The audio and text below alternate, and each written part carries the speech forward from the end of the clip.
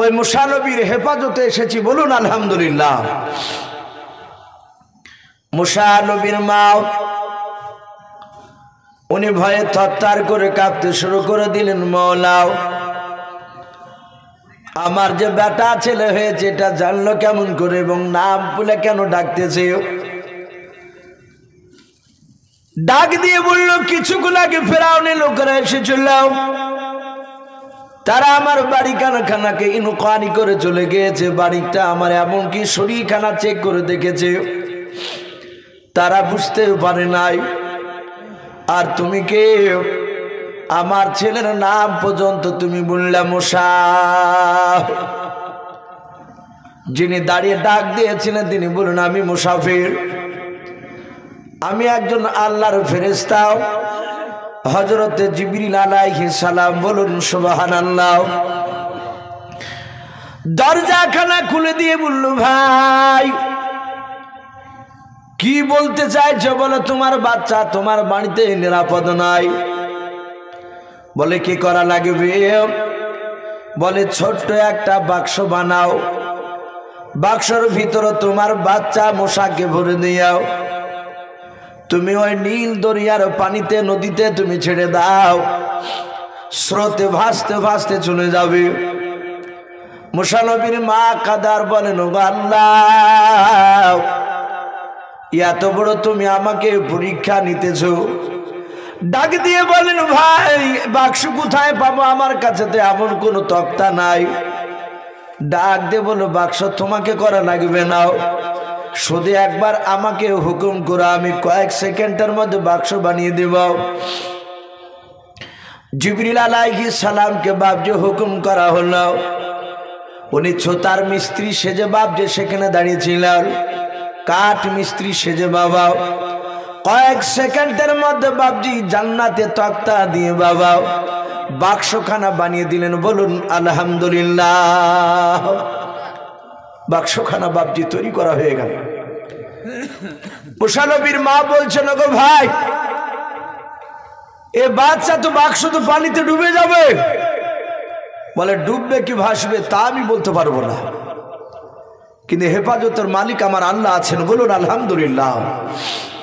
মুসা নবীর মা তাড়াতাড়ি বাপজি ডালা তোলে, মুসা নবীকে গোটা শরীরখানা সাদা কাপড় দিয়ে ঢেকে দিলেন। তাফসীর কারণ লিখেছে শুধু মুখখানা বাপজি ফাঁকা রেখেছে, সুন্দর করে বাপজি কাপড় দিয়ে ঢেকে বাক্সের ভিতরে ভরে নীল দরিয়াতে বাপজি ছেড়ে দিছে। মুসা নবীর একটা বোন ছিল, তার নাম ছিল মরিয়ম। কয়েক বছরের বাপজি তার বোন, প্রায় মোটামুটি 7 থেকে 8 বছরের বাচ্চা হবে। মরিয়মকে মুসা নবীর মা ডেকে বলল, বিটি এর চেয়ে বড় পরীক্ষার পৃথিবীতে নাই।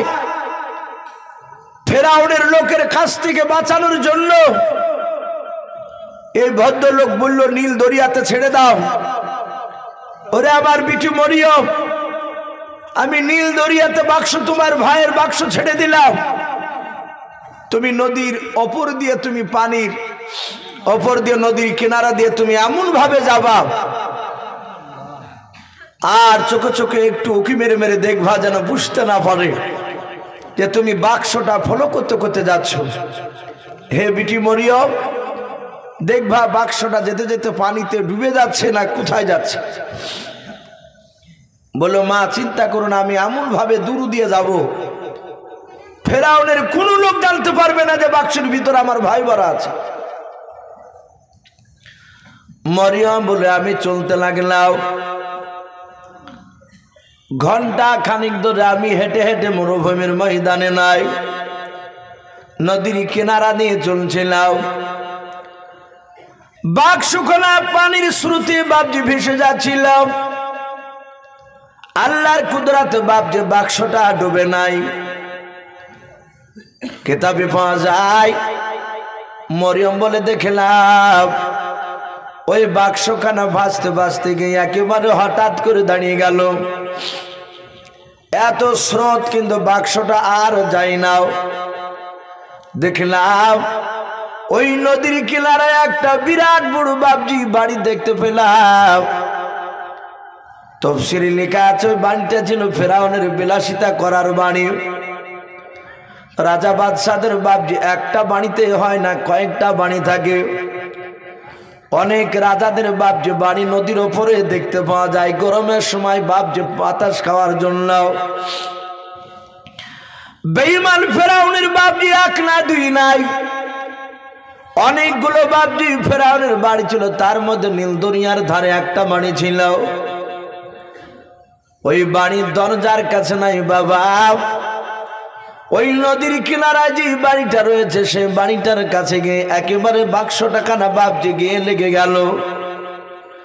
মরিয়ম বলে আমি আড়াল থেকে, আমি দূর থেকে দেখছিলাম, কেউ যেন বুঝতে না পারে আমি বাক্সটাকে ফলো করতে করতে আসতেছি। ফেরাউন তার বিবি বাপজি আসিয়া বলে নাম রয়েছে, হযরতে আসিয়া, সেই জামানা বিশ্ব সুন্দরী আসিয়া তার স্বামীকে নিয়ে ফেরাউনকে নিয়ে বাপজি আনন্দ করেছিল নদীর পাড়ে।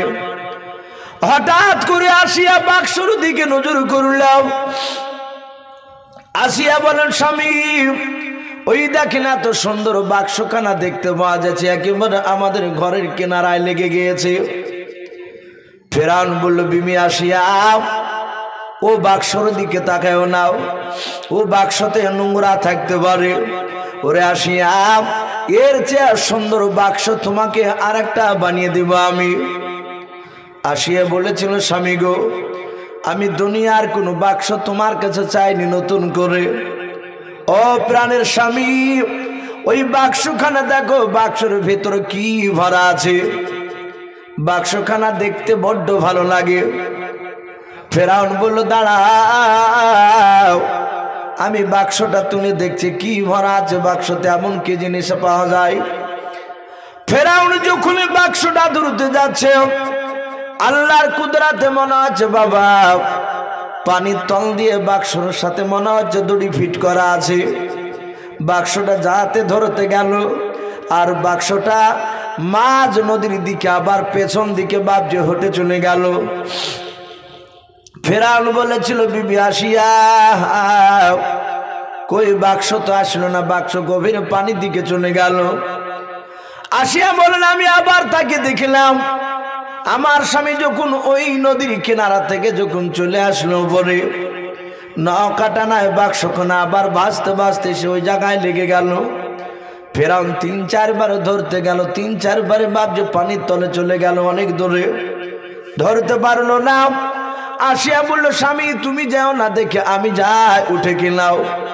যাহাতে আসিয়া ধরতে গেলে আল্লাহর কুদরতে বাবা বাক্সখানা স্প্রিং এর মতো জাম্পিং করে বাবা অপরে চলে আসলো। বলুন সুবহানাল্লাহ। ফেরাউন বলেছিল বিবি আসিয়া অত বড় বাক্স তুমি তুলে ফেললাও। বলে দেখো বাক্স হাত দেওয়ার সাথে সাথে বাক্স ওপরে চলে আসলো। ফেরাউন বলে তোমার নরম হাতে তুমি ওঠাতে যেও না, ডালাও, তোমার আঙুলে ব্যথা পাবে। ফেরাউন বাপ যে শত চেষ্টা করে ডালা খুলতে পারলো না। যাতে আসিয়া বাপ যে আবার হাত দিলেন, চট করে তালাটা বাপ যে নয় ডালাটা খুলে গেল। খুলে যাওয়ার পর হযরত আসিয়া বলেন আমি ভেতর দিকে লক্ষ্য করে দেখলাম মুসা নবী পয়গম্বর আলাইহিস সালাম ছোট্ট বাচ্চা ছিল। হযরতে আসিয়ার মুখের দিকে চেয়ে বাবা মৃদু মৃদু হাসতে লাগলেন। বলুন আলহামদুলিল্লাহ। আসিয়া বলেন যাহাতে তাকিয়েছে আর যাহাতে ফিরিক করে হেসেছে, ওর হাসিতে আমার মহাব্বত মায়া পড়ে গেল। মায়া খুব কঠিন জিনিস বাপ। পৃথিবীতে বহু জায়গায় শোনা যায় যে তার বাদশানায় একটা মানুষের উপর মহাব্বত পড়ে গিয়ে তার কোটি কোটি টাকার বাপ যে সম্পদ তার নামে সব দিয়ে দিয়েছে। আসিয়ার মায়া জন্ম গেল বাচ্চাটার উপরে। আসিয়া বলল ফেরাউনকে বাদ দিয়ে বলছে স্বামী দেখুন কত সুন্দর একটা বাচ্চা। ফেরাউন বলল বিবি আসিয়া তাহলে মনে হয় আমার ভয়ে কেন ভাসিয়ে দিয়েছে। দেখো তুমি বাচ্চাটা বেটা ছিলে না মেয়ে ছিলে? আসিয়া তাকে দেখলেন ছেলেটা বাপজি মেয়ে নয় বেটা ছিল। ফেরাউন বললে দাও একে এখানে জবাই করে দি। আসিয়া বলল, গো প্রাণের স্বামী, আমাদের সন্তান নেই। বলে, নাই তো, সেটা আমিও ভালো জানি।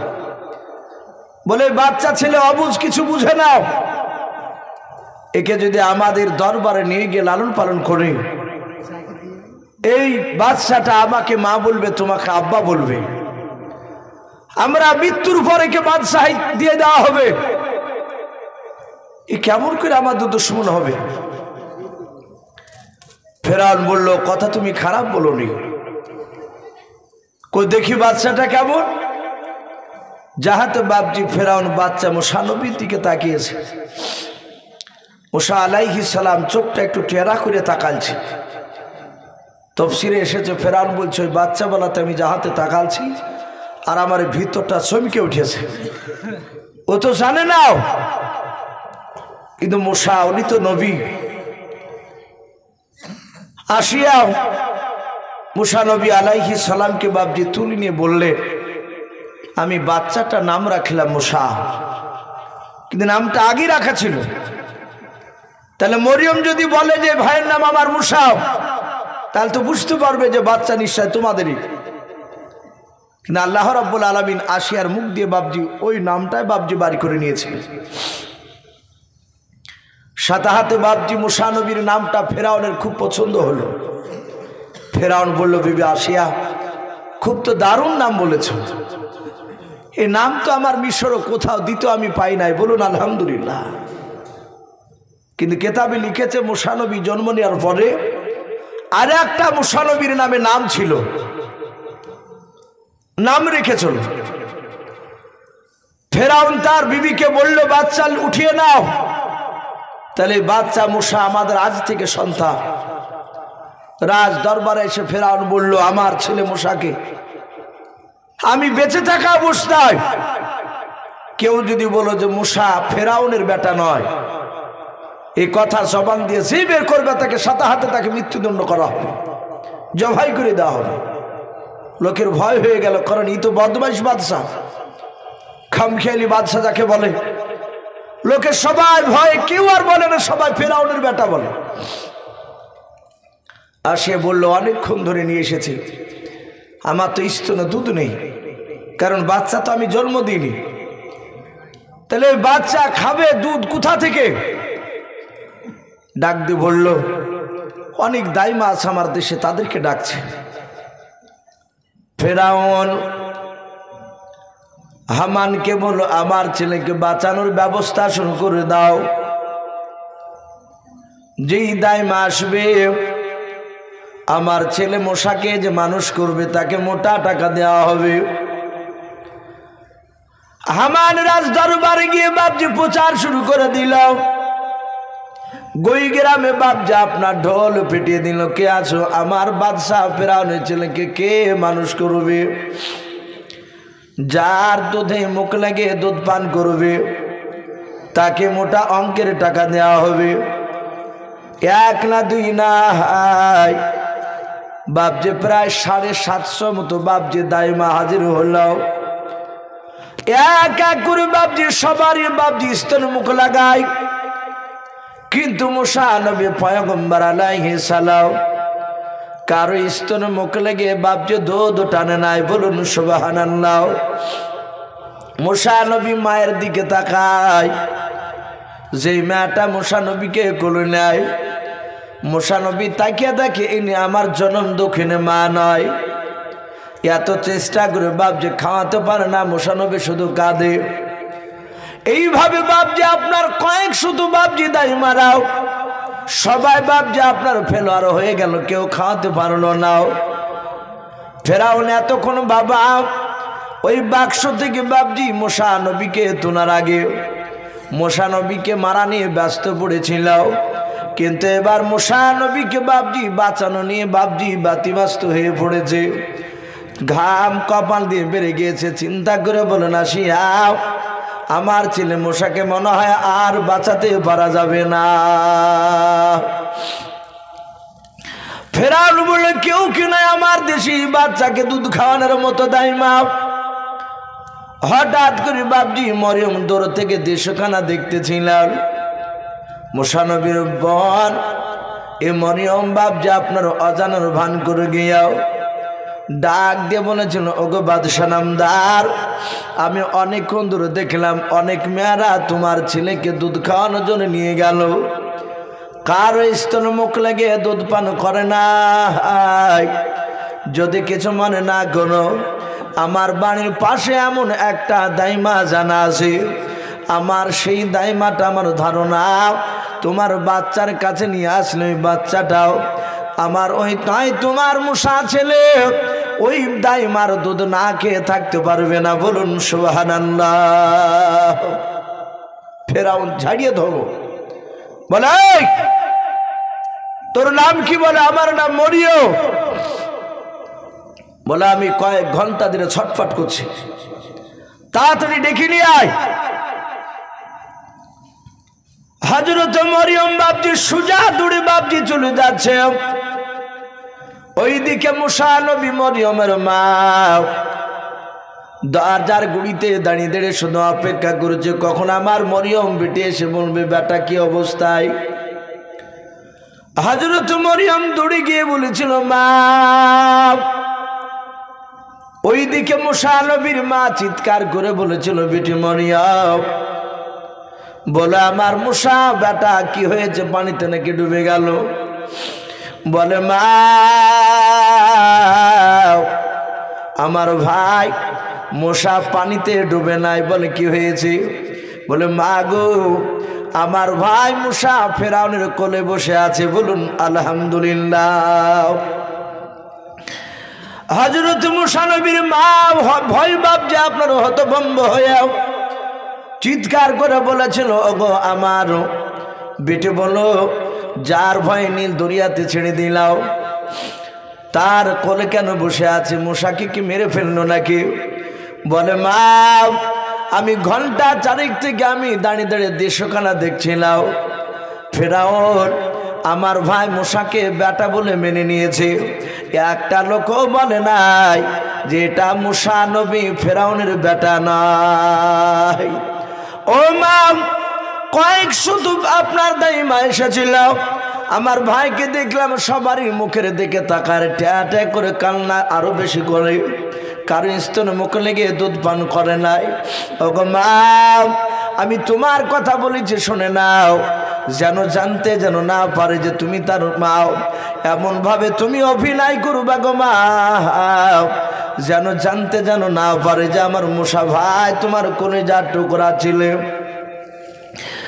হযরত মুসা নবীর মা ডাক দিয়ে বলেছিল ওরে আমার বিটি, আমি মায়ের জন্য অনেক কিছু করতে আমি রাজি আছি। দেখবেন বাস্তবে বাবা আমাদের অনেক সন্তানের বাপ মারাও অনেক ছোট কাজ বাপজি পর্যন্ত করে ফেলে ছেলের জন্য, ছেলেকে বাপজি শুধু বাঁচানোর জন্য। হযরত বাপজি মুসা নবীর মা আপনার অজানার ভান করে চলতে শুরু করলেন। মরিয়ম ডাক দিয়ে বলেছিল বাদশাহ এই দেখেন আমার সেই দাইমাও, আমার মনে হয় আপনার ছেলে মুসাকে যদি একটিবার যদি দেন এই দাইমার দুধ না খেয়ে থাকতে পারবে না। হযরত মুসা নবীর মা ডাক দিয়ে বলল বাদশাহ আশা করি আমার স্তনে মুখ লাগে আপনার ছেলে দুধ পান করবে। যাতে বাপজি মুসা নবীর মার গলার আওয়াজ ফেরাউনের রাজ দরবারে বাপজি মুসা নবীর কানে পৌঁছে গিয়েছে। তার আগে মুসা নবী 1 সেকেন্ডের জন্য বাপজি নদী থেকে নিয়ে আসার পর কান্না বন্ধ করে নাই, কিন্তু যাহাতে মুসা নবীর মার গলার আওয়াজটা পেলেন আর সাথে আসিয়ার কোলে সেই সময় ছিল বাবা মুসা নবী কান্না বন্ধ করে নিয়েছেন। বলুন আলহামদুলিল্লাহ। আসিয়া চিন্তা করলেন এতক্ষণ ধরে কান্না বন্ধ করলো না, আর মেয়েটা আসার সাথে হাতে কান্না বন্ধ করে দিল। আসিয়াকে ডাক দিয়ে বলল হে রানীমা আপনার সন্তান নিয়ে আসো। মুসা নবীর ভাই তাফসীরে আছে হযরত মুসা নবীর মা যাহাতে বাপজি ভাবে হাত বাড়িয়েছেন মুসা নবীকে বাপজি কোলে নেওয়ার পর আপনি মুসা নবী তার মার স্তন দেখে মুখ নিয়ে গিয়াও স্তন মুখ লাগিয়ে দিলেন আর দুধ টানতে লাগলো। বলুন আলহামদুলিল্লাহ। মুসা নবীর মা ডাক দিয়ে বলল বাদশাহ আমি আপনার বাড়িতে দিনে 2-3 বার এসে দুধ পান করে দিয়ে যাব, আমাকে বাড়ি যেতে হবে। ডাক দিয়ে বলল, ওগো ও মুসা নবীর দাইমাও, এই দুধমা শুনে নাও, আমার দরবার থেকে তুমি বাড়ি যাবা, তোমার বাড়ি থেকে দুধ খাওয়াতে আসবা। আমার ছেলে যদি ক্ষুধা লাগে কান্না করবে, আমি সহ্য করতে পারবো না। ওরে মুসা নবীর দুধমা, আমার বাড়ি থেকে আমার সন্তান যতদিন তোমার স্তনে মুখ লাগিয়ে দুধ পান করবে, অতদিন তোমাকে 1 সেকেন্ডের জন্য তোমার বাড়িতে যেতে দেব না। বলুন আলহামদুলিল্লাহ। মুসা নবীর মা বললেন, এভাবে আমাকে রাখলে অন্যায় হবে আপনাদের, কারণ আমার বাড়িতে তো লোক আছে। বলো, সে লোকও নিয়ে আসো। আর এই মেয়েটা যে খোঁজ দিয়েছে তোমার, এই কারণে মেয়েটা আমার বাড়িতে খাবে দাবে থাকবে। বলুন আলহামদুলিল্লাহ। মুসা নবীর মা বললেন, আলহামদুলিল্লাহ, আমার যে বিটি এটা জানতে পারলো না, যদি ওকে বাদ দিত তাহলে আরো কষ্ট হতো। থাকতে লাগলে যতদিন দুধ পান করবে ততদিনই থাকবে। আল্লাহ বলছেন, ওর ফেরাউন, আমি এমনই আল্লাহ, দেখ আমার নবীকে তোর দুশমনকে, তোর বাড়িতে শুধু নবীকে নয় তার 14 গোষ্ঠী পর্যন্ত খাবার খাওয়াছি। বলুন আলহামদুলিল্লাহ। তোর বাড়িতেই রয়েছে। মুসা নবী পয়গম্বর আলাইহিস সালাম থাকে 3 দিন হয়েছে বাপ যে দুধ পান করানো তার মা। ফেরাউন রাজ দরবারে গিয়েছে, আসিয়া মুসা নবীর মা মুসা নবীকে কোলে করে নিয়েছিলে। আসিয়া ঘরের আড়ালে দিকেই বলছেন, বোন একটা কথা বলবো।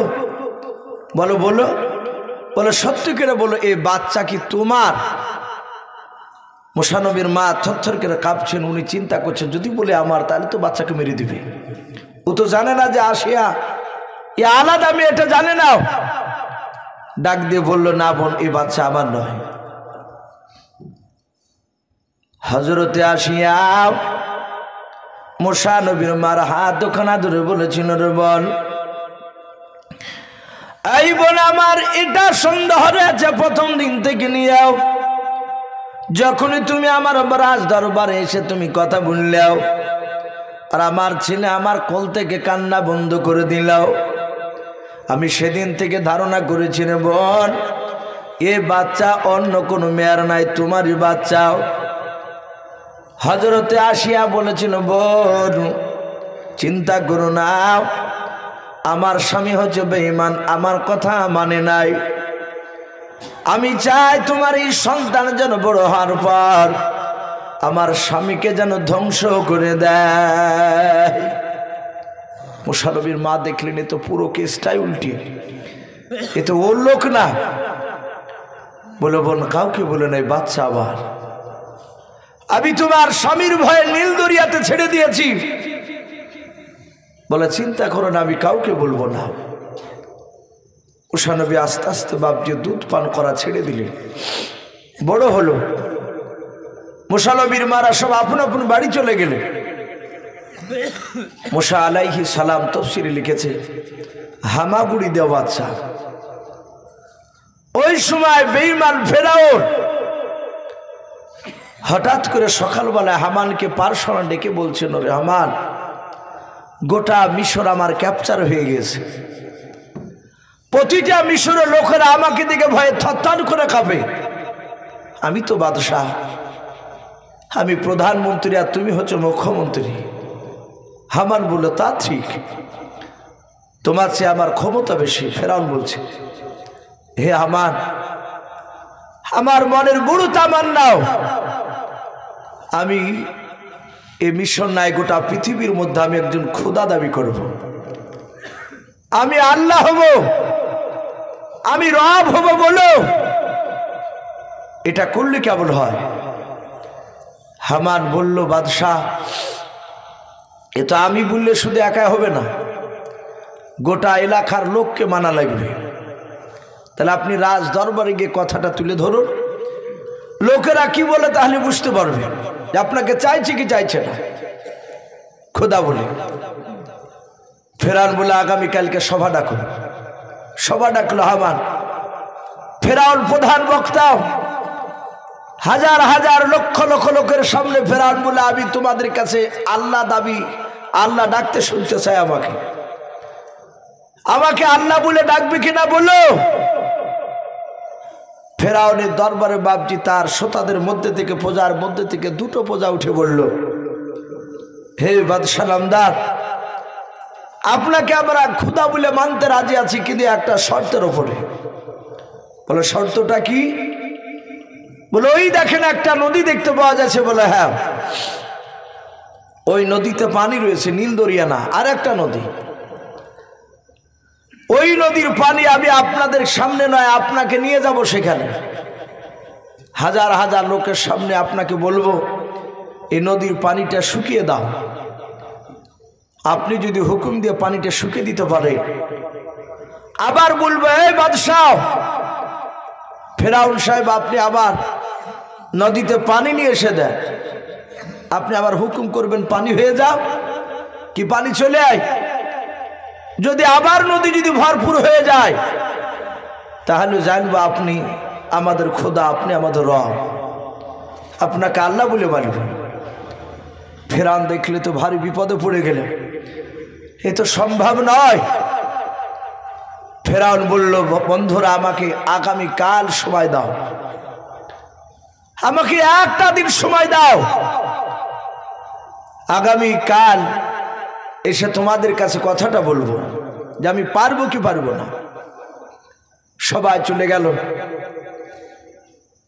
কিন্তু হামানকে ফেরাউন বলেছিল, হে হামান, এই লোক যাওয়ার আগে তুমি প্রচার করে দাও, আজকে সূর্য ডোবার পর থেকে নিয়ে রাত্রিবেলায় একটা মিশরের লোক, কোন প্রজা যেন তারা ঘর থেকে যেন বাহিরে না বেরোয়, রাস্তায় বলো, বাড়ির আঙিনাতে বলো, যারাই বেরোবে তাদেরকে জবাই করে দেওয়া হবে, প্রচার করে দাও। জমায়েত লোকের সামনে বাপজি প্রচার করে দিল, একটা লোক যেন না যায়। এমনকি ফেরাউন হামানকে বলে, হামান তুমিও বাড়াইতে পাবা না, তুমিও বাড়ির ভিতরে থাকবে। হামান চিন্তা করলে, এই কথা কেন বলছে? বলে ঠিক আছে, তাই করলাম, মেনে নিলাম আপনার কথা। সবাই শুয়ে আছে, ফেরাউন দেখলো একেবারে নিশিরাত্রি, অন্ধকারে বাবা চেয়ে গিয়েছে। বেঈমান ফেরাউন গভীর রাত্রিবেলা বাপজি বেরিয়ে আস্তে আস্তে বাপজি পা ফেলে ফেলে দেখলো, কাউকে দেখতে পাওয়া যায় না। সবাই আমার ভয়ে তারা সবাই ঘরের ভিতরে লুকিয়ে আছে। ফেরাউন বাড়ি থেকে বাপজি চুপে চুপে বেরিয়ে সোজা চলে গেল নীল দরিয়ার ধারে।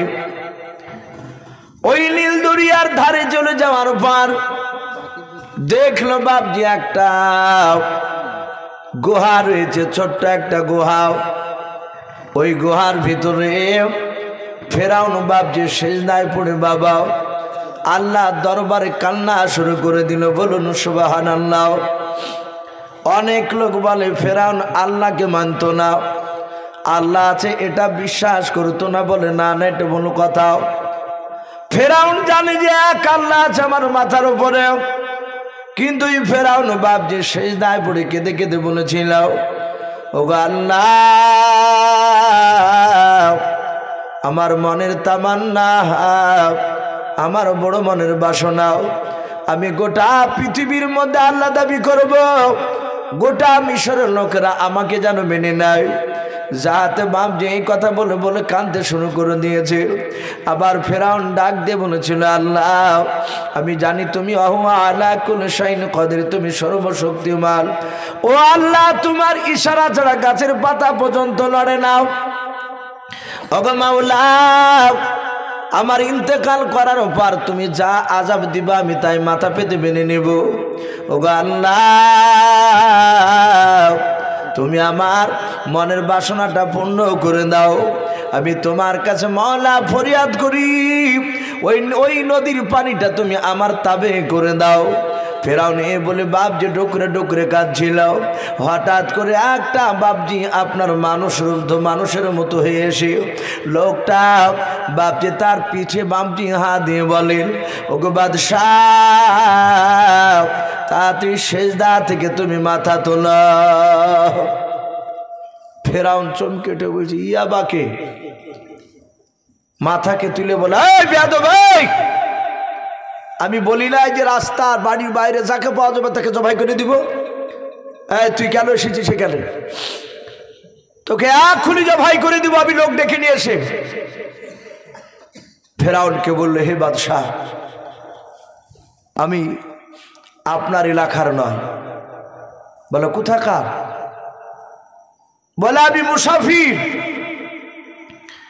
আমি একটা প্রশ্নের উত্তর জানতে এসেছি। বলে তুই যে এখানে এসেছিস কেউ দেখেনি?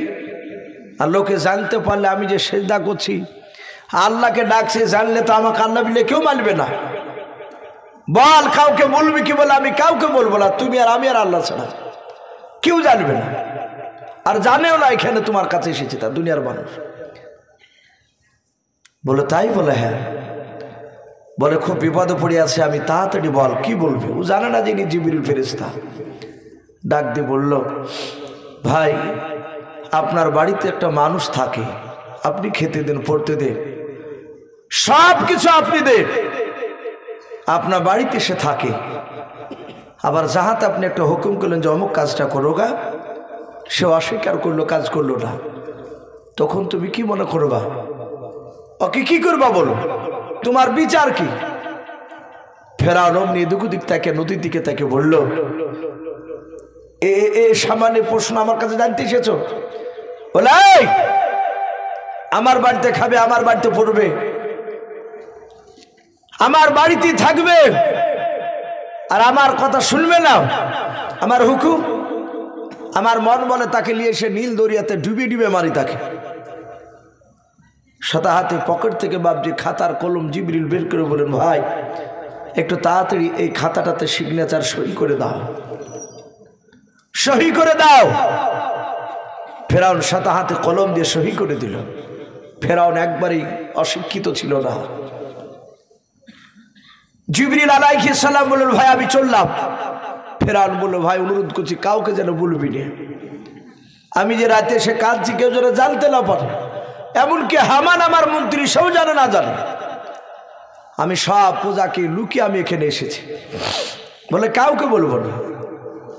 চিঠিখানা বলল, এ সহিটা তোমার মনে রেখো। বলি বাপজি আপনার চলে গেল, জিবরিল অদৃশ্য হয়ে গেলে। ফেরাউন সকালবেলা এসে বলল যে আগামীকালকে সবাই একত্রিত হবা।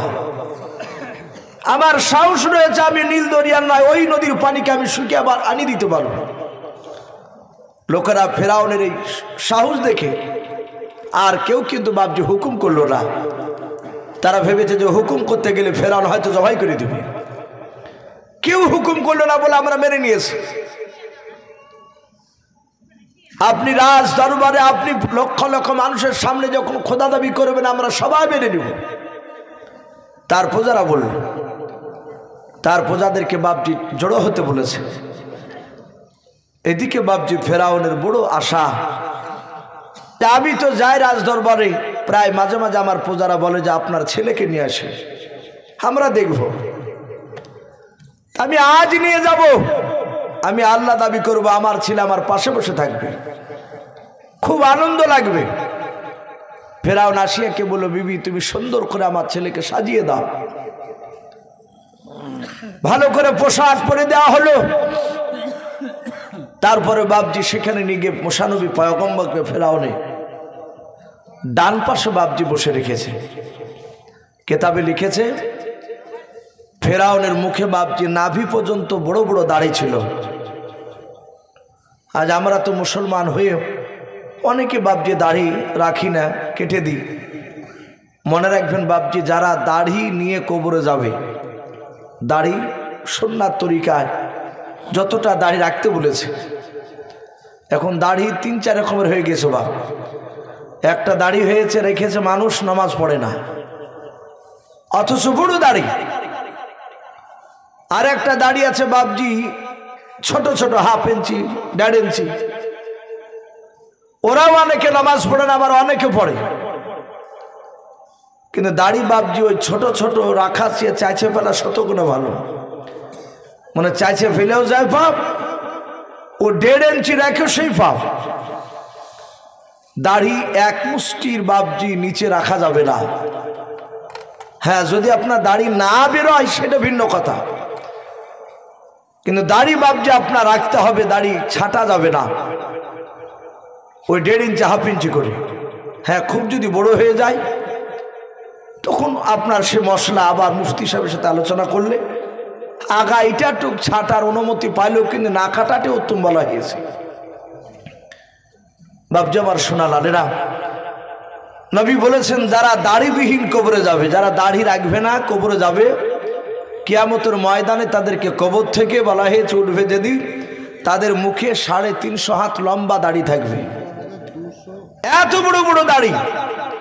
ফেরেশতারা তাড়াবে আর তারা দাড়িতে পায়ে বাপজি ব্যাট বেঁধে পড়ে যাবে, আর পেছন দিক থেকে ফেরেশতারা মারবে। নবী বলেছেন যারা সুন্নাত তরিকা দাড়ি নিয়ে কবরে যাবে, তারা কবর থেকে যেদিন উঠবে তারা দাড়িবিহীন, বলুন আলহামদুলিল্লাহ, তাদের দাড়ি থাকবে না। আর দাড়িটা বাপজি একটা পুরুষের আলামত। মা বোনেরা যতই চেষ্টা করো বাপজি, তারা দাড়িকে চাইছিল, দাড়ি বাড়ায় না। হয়তো 1000-এ 2টা একটা মেয়ের বাপজি দেখেন, কারো কারো মেয়ের দেখা যায় আসলি হয়েছে, আসলিতে 2-3টে করে দাড়ি হয় কিছু কিছু মেয়ে। আমাকে কয়েকদিন আগে বাপজি আপনার এই দিন 20 হলো একটা লোক ফোন করছে, আমি নাম করব না, কোন এলাকা, বলছে ভাই আমার বিবির গনিয়া 13টা দাড়ি আছে, এই থুতনিতে একটা তিল আছে, ওই তিলের জায়গাতেই ওই দাড়িগুলো, এই দাড়িগুলো কাটা যাবে কি যাবে না? আমার বিবিকে কাটতে বলি, আমার বিবি কাটে না, যে গোনা হবে তাই বলি, মাত্র গনে 13টা। আমি ভাই গনিয়েছেন? বলে হ্যাঁ গনবো না, কারণ আমার বিবির আছে। কিন্তু বাপজি তারপরে আমরা মুফতি সাহেবের সাথে একটা আলোচনা করে তাকে বলা হলো যে দাড়ি কেটে ফেলে গোনা নাই তার, কারণ মেয়েদের তো দাড়ি ওদের নাই, ওরা পরিষ্কার হলে অসুবিধা নাই, গোনা নেই। কিন্তু বেটা ছেলেদের বাপজি কাটা যাবে না। দাড়ির অনেক ফজিলত রয়েছে। বিজ্ঞানরা বলছে, আপনার বিশ্বনবীও বলেছেন দাড়ি থাকলে তাদের যৌন শক্তি বৃদ্ধি হয়, বলুন আলহামদুলিল্লাহ। আর কাটলে তা ক্ষতি হয়, এটা বিজ্ঞানরা বাপজি প্রমাণ দিচ্ছে। আমি আপনাদেরকে বলবো ভাই, ওই ফেরাউন একজন বেঈমান, সে কিন্তু তার দাড়িটা বাপজি নাভি পর্যন্ত ছিল, সে দাড়ি চরম যত্ন নিত। মারিফুল কোরআন এসেছে মুক্তা দিয়ে বাপজি দাড়িকে ফেরাউন জোড়ে রাখতো, হীরা কাঞ্চন মুক্তা বলিলে এই মুক্তা দিয়ে জোড়ে রাখতো। ফেরাউন মুসা নবীকে নিয়ে গিয়ে ডান পাশে রেখে হাজার হাজার লক্ষ লক্ষ মানুষের সামনে শুধু বলেছে আনা রাব্বুকুমুল আলা। কোরআন শরীফে এসেছে কথাগুলো, যে আমি সব আল্লাহর চেয়ে বড় আল্লাহ, সব আল্লাহর চেয়ে বড় আল্লাহ, মানে আল্লাহ আছে এটাও জানতো খুব।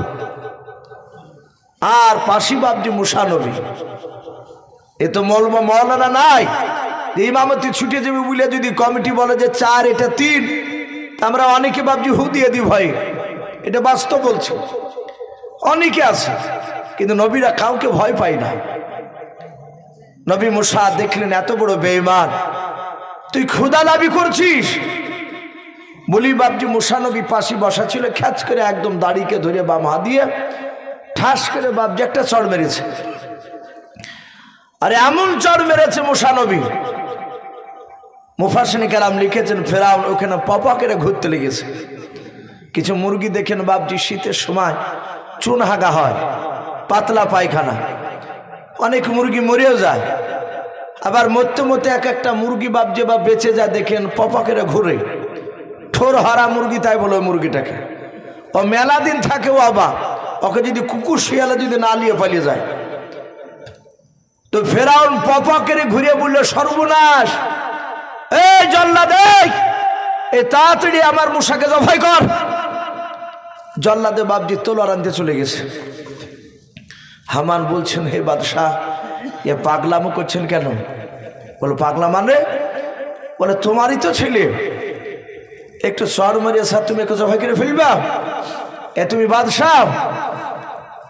ফেরাউন বলছে, হামান রে, এই চর যদি তোর গালে পড়তে তাহলে তুইও বুঝতে পারতি এ চর কাকে বলে। তা আমাকে এমন ভাবে মেরেছে মনে হয় যে 1-100টা লোকে 2-4 ঘন্টা ধরে চড়ালছে আমাকে। তাফসীরে লিখেছে প্রতিটা নবীর হাতে মহান রব্বুল আলামিন বলেছে, আমি দুনিয়ার 4000 যুবকের শক্তি প্রতিটা নবীর 2 হাতে দিয়েছি। বলুন আলহামদুলিল্লাহ। নবীদেরকে এত শক্তি দিয়েছে। আপনারা সকলেই জানেন হযরত আলীকে আল্লাহর বাঘ উপাধি দেওয়া হয়েছিল। শেরে খুদা, আল্লাহর বাঘ। এই হযরতে আলী রাদিয়াল্লাহু তাআলা আনহু যে তলোয়ারটা নিয়ে যুদ্ধ করতে, জানা আছে তলোয়ারটার নাম কি? জুলফিকার। আপনার বলা হয়েছে ওই তলোয়ারটা হযরতে জিবরিল সেদিন নিয়ে যায়নি। আমার জিবরিল নাই, হযরতে আলী রাদিয়াল্লাহু তাআলা আনহু খৈবরের যুদ্ধে বাপজি একটা লোহার ঢাল নিয়ে লড়াই করেছিলেন। যুদ্ধ করে এসে রাসূলের কাছে আসলেন। নবী বলেন, কি নিয়ে যুদ্ধ করলে? জামাই বলে, হুজুর এই ঢাল নেই। বলে রেখে দাও। বলে এবার উঠাও। হযরতে আলী বাপজি আর উঠাতে পারছে না। বলে, আলী এখন তোমার রাসূলুল্লাহ তোমার শ্বশুর মশাই দোয়া করেনি? তখন আমি দোয়া করেছিলাম। নবী আমার 2 হাত দিয়ে ওই ঢালকে তুলে দেখে দিলেন। বলুন আলহামদুলিল্লাহ। এত শক্তি নবীজির বাপজি ছিল। মুসা আলাইহিস সালাম বাপজি মেরেছে। এরা লোকেরা হইছে কি ব্যাপার, বাদশা তার বেটাকে মেরে ফেলবে আর বেঁচে রাখবে না। ফেরাউনের বিবি আসিয়ার কাছে গিয়ে বলেছিল, আসিয়াও, ও রানী মা, আপনার ছেলে মুসা আর মনে হয় বেঁচে নাই। বলে কেন? বলে তোমার ছেলেকে জবাই করে ফেলবে। বলে আমি এখনই শুনে আসলাম তোমার ছেলেকে জবাই করে ফেলবে, তুমি তাড়াতাড়ি চলাও। আস্তে আস্তে বলো কেন জবাই করবে? ডাক দিয়ে বলল, তোমার ছেলে ওই মুসা ফেরাউনকে চড় মেরেছে, ফেরাউন সহ্য করতে না পেরে মারার হুকুম দিয়েছে। হযরতে আসিয়া সোজা দৌড়ে গিয়ে বলেছিল, গো বাদশা নামদার, এ পাগলামো করেন না, আমার ছেলে মুসা আপনাকে আদর করে মেরেছে। ফেরাউন বলল, ওরে বিবি আসিয়া, এটা আদর করা মারো নাই, এখনো যন্ত্রণা করেছে। ওরে আমার আসিয়া, এ ছেলে জেনে শুনে আমাকে চড় মেরেছে। আসিয়া বলল, তা কি করে হয়, আপনি পরীক্ষা নিয়ে নেন। ফেরাউন বলে, কি পরীক্ষা নিব? বলে আপনি একটা আগুনের দালাও আর একটা মিষ্টি জাতীয় জিনিস আপনি সামনে পাশাপাশি রাখুন। ওকে বাদশা নামদার, 1000 লোকের সামনে আমার ছেলে মশাকে যদি ছেড়ে দেওয়া হয় আর ওই আগুনটা যদি মশা তুলে যদি হাতে নিয়ে নেয়, তাহলে জানতে হবে আমার ছেলে মশা তোমাকে আদর করে মেরেছে, জেনে শুনে মারে নাই।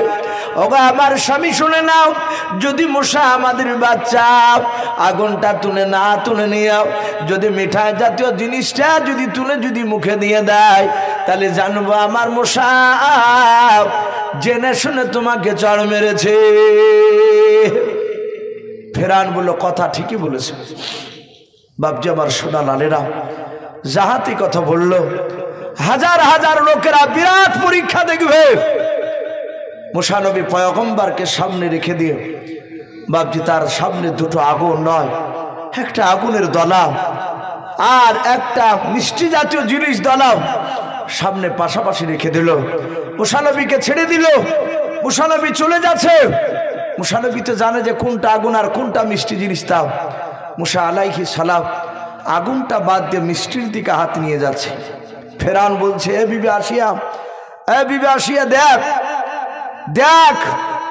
সাথে হাতে বাপজি আপনার জাহাতে বাপজি জল্লাদকে বলছে, জল্লাদ জাহাতে মিষ্টিতে হাত দিবে আর অমনি ধরাস করে মারি দিবে তলোয়ার গলায়, ওকে জবাই করে ফেলবা। আমি হুকুম দিয়ে দিয়েছি।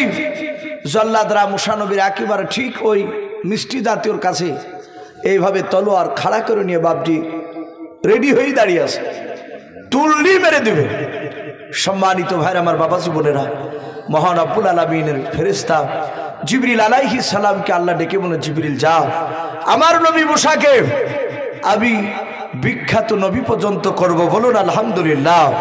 আমি ফেরাউনকে মুসার হাতই তাকে ডুবে মারবো। সঙ্গে সঙ্গে বাপজি আপনার বলা হয়েছে জিবরিল আলাইহিস সালাম মুসা নবীর হাতখানা ধরলেন, কেউ দেখতে পেল না জিবরিলকে। হাতটা ধরে বাপজি আগুনের কাছে নিয়ে গিয়ে মিষ্টির দিক থেকে হাতটা টেনে নিয়ে গিয়ে আগুনটাকে তুলে মুসা নবী মুখে ভরে দিয়েছে। আর মা আসিয়া দৌড়ে গিয়ে বাপজি মুসা নবীর মুখ থেকে আগুনটা বের করতে করতে মুসা নবীর জীবের আগাটা বাপজি পড়ে গেল। ডাক ফেরাউনকে বলল, দেখলে এ ছেলে যদি সত্যিকারে যদি আগুন আর মিষ্টি জানে বুঝতো তাহলে আগুনকে তুলে মুখে দিত না। বেটার আমার জিভটা পুড়ে গেলে যখন রক্ত পড়ছে। মুসা আলাইহিস সালামের মার এ যুক্তি দেখে বলল, এক কথাটা আমার ভুল হয়েছে, মারার হুকুম দেওয়া, কিন্তু বিবি এই যন্ত্রণাটা আমি সহ্য করতে পারছি না। কেতাবে লিখেছে ফেরাউনে মুসা নবীর এক চড়ের ব্যথাও এক নাই দুই নাই 12 বছর ধরে ছিল। বলুন আলহামদুলিল্লাহ, 12 বছর ধরে ব্যথা। ভাই রাত্রি প্রায় দেখেন প্রায় একটা বাপজি বাদ্য চলল। আমি আপনাদের সকলকে বলবো, নবীদের কথা শোনা মানে যে নবীদের কথা শুনলে মনটা একটু নরম হবে। তার সাথে হাতে বাপজি আমরা হয়তো এ নরম হলে হয়তো আল্লাহ রসুলকে চিনতে পারবো এবং 5 ওয়াক্ত নামাজ পড়বো। আমি প্রতিটা বাপজি ভাইদেরকে বলবো, আপনারা সকলেই এবং আপনাদের সাথে হাতে আমিও বলছি, এখানে যারা আছি সকলেই রব্বুল আলামিন আমাদের সকলকে যেন কোরআন এবং সুন্নাত অনুযায়ী আমল করার তৌফিক দান করুন। বলুন আল্লাহুম্মা আমিন, আল্লাহুম্মা আমিন। আর আমরা 5 ওয়াক্ত নামাজ পড়বো, বলুন ইনশাআল্লাহ। তো ভাই যাই হোক, আপনারা যথেষ্ট দানের হাত বাড়িয়েছে। হাবিবুর ভাই উনি বলছিলেন, ইসু ভাই খুব চাপাচাপি নাই, ইনশাআল্লাহ হয়তো মহাসেন সাহেব ওনাকে যদি আগে দিই হয়তো উনি আদায় করবেন, আপনাকে দিলে হয়তো আপনাকে আদায় করতে হবে। উনি আদায় করেছেন ভাই। শেষের বেলায় আমি আপনাদেরকে অনুরোধ করব ভাই, এক্ষুনি দেওয়া হবে। আমি প্রতিটা বাপজি ভাইদেরকে বলবো, মা বোনদেরকে, যার শেষ ভালো তার সব ভালো। আমি আপনাদের কাছে 2000 1000 বলবো না ভাই, 100 খান করে টাকা, 100 খান করে টাকা যদি 10টা মানুষ ভাই একটা একটা করে যদি দেন, 100 খান করে টাকা, কাছে না থাকলে একটু যদি ওয়াদা করে শেষের বেলায় ভাই চাপাচাপি না যদি দেন, আলহামদুলিল্লাহ। একটু ভাই আপনাদের জন্য একটু দোয়া করব। আসি ভাই, এই মসজিদের জন্য নাকি আদায়, মসজিদের জন্য কবরস্থান, মাশাআল্লাহ কবরস্থানের জন্য ভাই, যেটা আসল বাড়ি আমাদের সকলে দিয়েছেন ভাই। কিন্তু আবার বলবো, ইমানদাররা তারা খাজুর গাছের মতো, যত চাষবে তত বাপজি রস পড়ে। খাজুর গাছে যেরকম ইমানদার একবার দিয়ে বাপজি বন্ধ হয় না। এই দেখেন আরেকজন ভাই আমার 100 টাকা দিয়েছেন, বলুন মারহাবা, বলেন আরে তো বীর, আল্লাহ তার 100 টাকা দানকে কবুল করুন। ভাই যাব না ভাই, আমরা দোয়া করব। আমি 10 জন ব্যক্তিকে একটু দেখতে চেয়েছি, যদি থাকেন তাহলে দেন, আর যদি না থাকে তাহলে বাপজি খুব চাপাচাপি নয়, একটু আসি। যদি কেউ মনে করেন যে 1 খান বস্তা সিমেন্ট দিব, তাও দিতে পারে ভাই। আসি, গোরস্থানে অনেক কাজ আছে, অনেকে জায়গা কিনে, অনেকে ঘিরে। বর্তমান গোরস্থান ঘেরা দরকার। অনেক জায়গায় দেখা যাচ্ছে কবরে বাপজি গরু ভরে দিচ্ছে চড়াইতে, দিয়ে কবরের ওপরে গরুতে লাজছে, পেছাব করছে। আবার অনেক সময় দেখা যায় আরেকজন বাপজি আমার 100 টাকা, আল্লাহ দানকে কবুল করুন, বলুন আল্লাহুম্মা আমিন। ওকে মা বোন, আমি আপনাদেরকেও দেখতে চাই, যদি কেউ মা বোন 100 খান টাকা যদি দেন, যদি না থাকে 50 টাকা দিতে পারে ইনশাআল্লাহ। আমি বলবো ভাই, কেউ একটু যদি মা বোনদের কাছের ওদিকে একটু সাইডে তাকালে একটু ভালো হয়। যদি 2-1টা মা যদি দেয়, ওকে বল, যদি আপনারা থাকেন তাহলে 2-1 জন একটু আপনারা একটু পাঠিয়ে দিবেন, দোয়া হবে ইনশাআল্লাহ। আমি লম্বা ছাড়া করবো না, ভেবেছিলাম যে 12টাতেই শেষ করবো। এদিকে যে ভিতর একটা বাজতে চলেছে, আমি লক্ষ্য করিনি ভাই। আমি ভেবেছিলাম যে মনে হয় 12টায় কাছেই কাটাটা আছে, একটা প্রায় বাজতে চললো। 300 টাকা দিল, হ্যাঁ কিনা 300 টাকা দিল, মাশাআল্লাহ। আরেকজন ভাই আমার 300 টাকার দাতা, বলুন মারহাবা, বলেন আরে তো বীর। এ বেনামিতে দেখো বান্দা কোথায় যে ছিলাও, আল্লাহ তোমার নাম শুনে দেখো 100 টাকা দিলাও। 100 টাকা বলে বলে করিও না হেলাও, নেকিরি খাতাই মলা লিখিও গো মেলাও। যার সাথে যে নিয়াতে করিয়াছে দান, দানকে কবুল করো তুমি সুবহান। অগবারি দোয়া করি অগ পাক বাণী মিজানেতে নেকির পাল্লা করে দিও ভাই আল্লাহুম্মা আমিন। ভাই আসে আর কে হবে না ভাই শেষের বেলায়? ওগো মা বোন আপনাদের কাছে যাচ্ছে, আপনারা যে যা পারবেন 10 টাকা 50 100 যে যা পারবেন ইনশাল্লাহ দিবে। ভাই আসি ইনশাল্লাহ। দেখেন ভাইরা অনেকে আছে ভাই 100 টাকা এমন কিছু নাই। আপনি যদি একটা বন্ধ নিয়ে যদি একটা রেস্টুরেন্টে যান, আমার মনে হয় 100 টাকা থেকে বাবজি সেখানে বেরিয়ে আসতে পারবে না খরচ করে। এখন তো প্রায় জায়গাতে বাবজি দেখা যাচ্ছে খাদের ওপরে রেস্টুরেন্ট করে দিচ্ছে, বাসে চড়াট করে দিয়ে 2টা গোলা টাইপের মতন ঘর করিয়ে টাকাকে বাবজি আপনার কি করে ইনকাম করতে হয় যুবকদের কাছ থেকে। এ দেখেন একজন ছাত্র আমাদের কারি সাহেবের মহিলা যাক মা বোনদের কাছ থেকে বলে না রে তকবীর, এ বেনামিতে বান্ধে দেখো কোথায় যে ছিলাও, পর্দা না হতে দেখো 100 টাকা দিলাও, 100 টাকা বলে মালা গুনিও না হেলাও, নেকিরি খাতাই মনা লিখিও গো মেলাও, অগো পাক অগো বাড়ি দোয়া করি অগো পাক বাড়ি মিজানেতে নেকির পাল্লা করে দিও ভারী, আমি পাপী গুনাহগার দোয়া নাহি জানি, আর বেনামি মায়ের জন্য দোয়া করবে ফাতেমা জননী আল্লাহুম্মা আমিন। ভাই আসে ইনশাল্লাহ দোয়া হয়ে যাবে। হ্যাঁ যদি এখনো জালসার ঈদগাহের বাইরে যদি কোনো ভাই বাপজি যদি দাঁড়িয়ে থাকেন, ভাই বাইরে দাঁড়িয়ে না থেকে একটু ভিতরে আসলে ভালো হয়, এক্ষুনি দেওয়া হবে ইনশাল্লাহ। নবী বলেছেন আর দোয়া মক্খুল ইবাদা, দোয়া হচ্ছে সমস্ত ইবাদতের মাগাজ। আমরা দোয়ার কাঙ্গাল ভাই, আমরা সম্মিলিতভাবে সবাই দোয়া করব। এখন তো প্রায় জায়গাতে দোয়ালিও বাবজি ঝামেলা চলছে।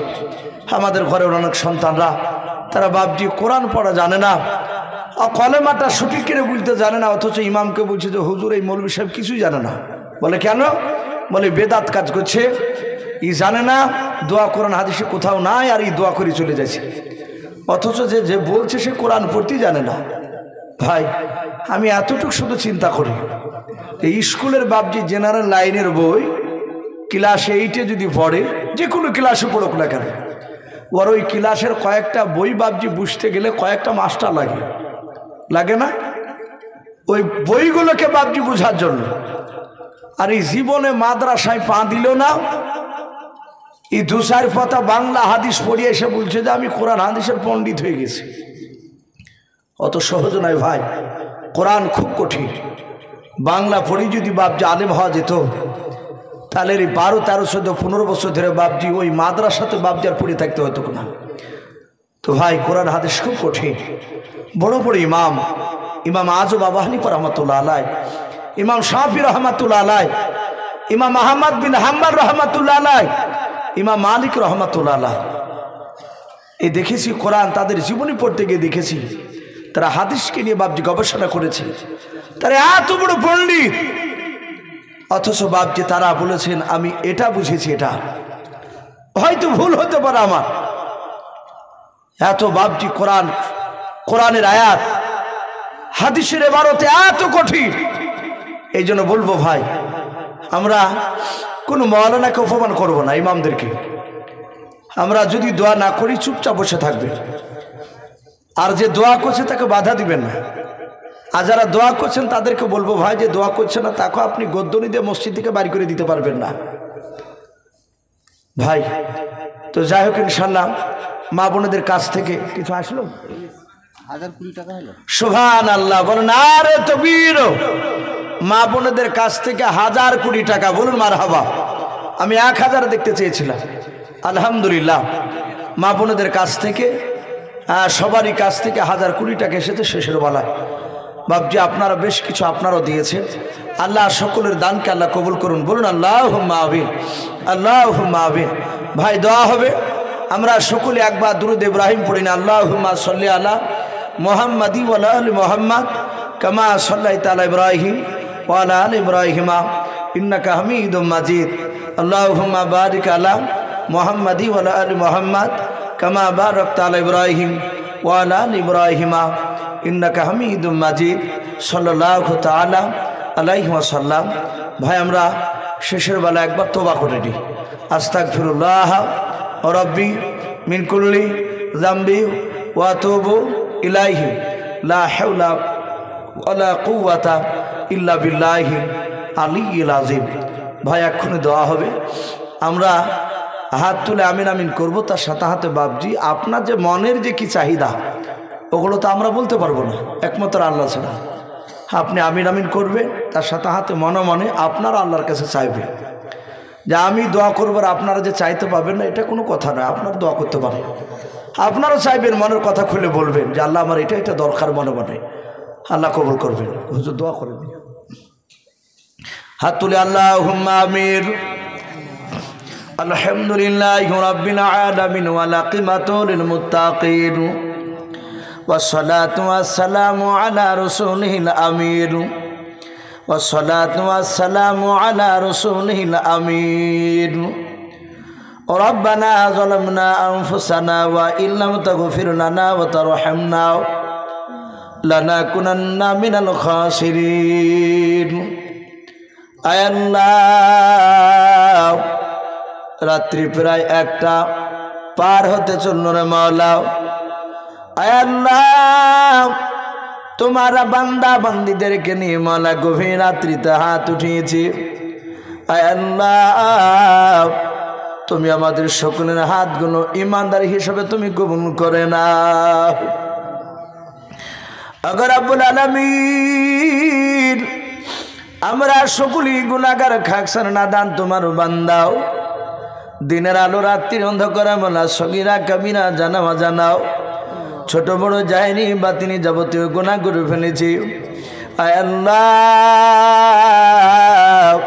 তুমি আমাদের সকলের জীবনের যাবতীয় গুনাহগুলো তুমি মাফ করে দাও।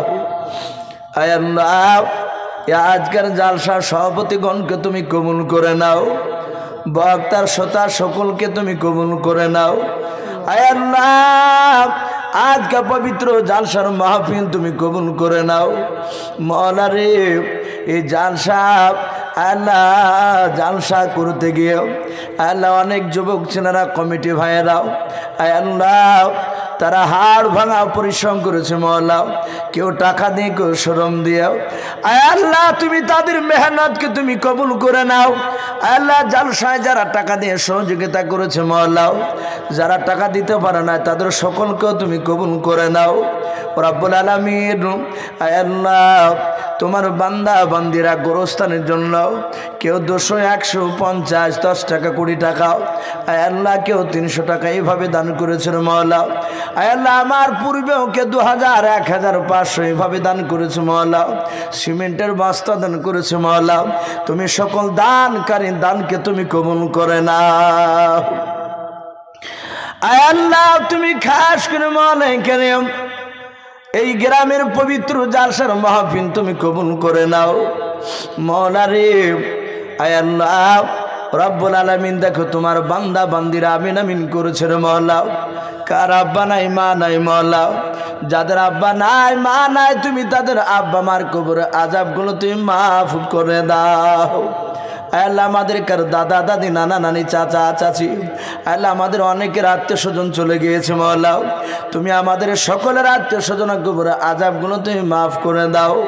আয় আল্লাহ, আল্লাহ মওলাই কেরিমে 9 মাইল এই কুলবানিয়া গ্রামে আল্লাহ তুমি রহমত বর্ষণ করো। আয় আল্লাহ, গ্রামে তুমি রহমত বর্ষণ করো। আল্লাহ, গ্রামের প্রতিটা বাড়িতে তুমি রোজের আজকারা তুমি বরকত দাও। আয় আল্লাহ, আমাদের হুজুর বসে আছেন চন্দ্রহাট মাদ্রাসার কারি সাহেব।